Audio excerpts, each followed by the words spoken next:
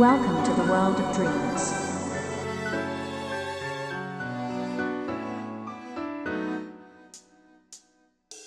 昔々、町外れの古い屋敷に一人の婦人が住んでいました。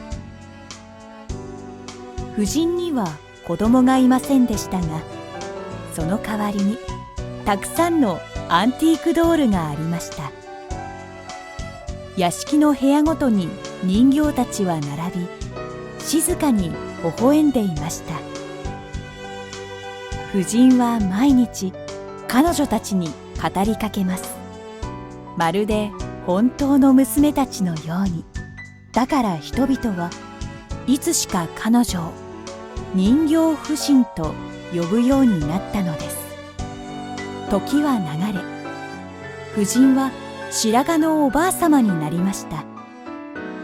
けれど人形たちはあの頃のまま。そんなある朝、小鳥たちの歌声が聞こえたとき、屋敷の中で不思議なことが起こりました。人形たちに小さな魂が宿り始めたのです。最初に目を覚ましたのは、青いドレスを着たブロンドの人形でした。ゆっくりと両手を広げ、鏡をじっと見つめると、そこに映っていたのは、今までただの人形だった自分の姿。あら、私？彼女は鏡を覗き込み、まあ、なんて小さいの？早く大人のレディーになりたいわ。とつぶやきました。その瞬間、淡い光が彼女を包み込み、たちまちすらりとした貴婦人の姿へと変わったのです。この館では願えば何でも叶うよ。窓の外では小鳥たちがそう歌っています。やがて他の人形たちも次々と目を覚まし、屋敷の中はにぎやかな目覚めの朝へと彩られていきました。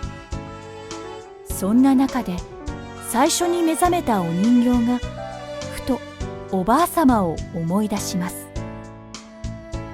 目の前でいつもささやくあの優しい声。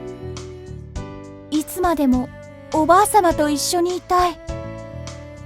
胸の奥に静かな祈りが生まれました。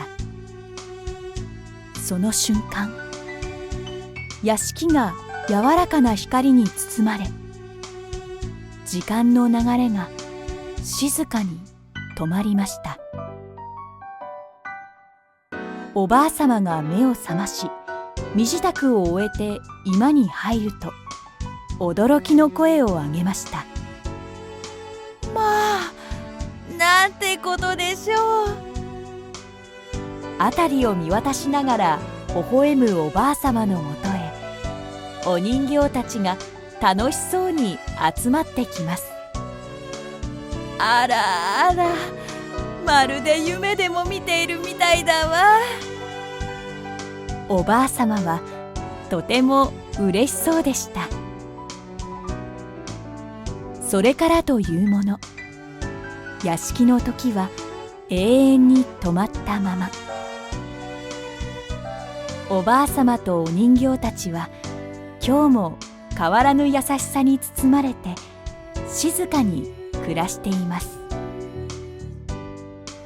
けれど一つだけ問題がありました。彼女たちにはまだ名前がなかったのです。きっとこれからおばあさまが一人ずつ名前をつけていくのでしょう。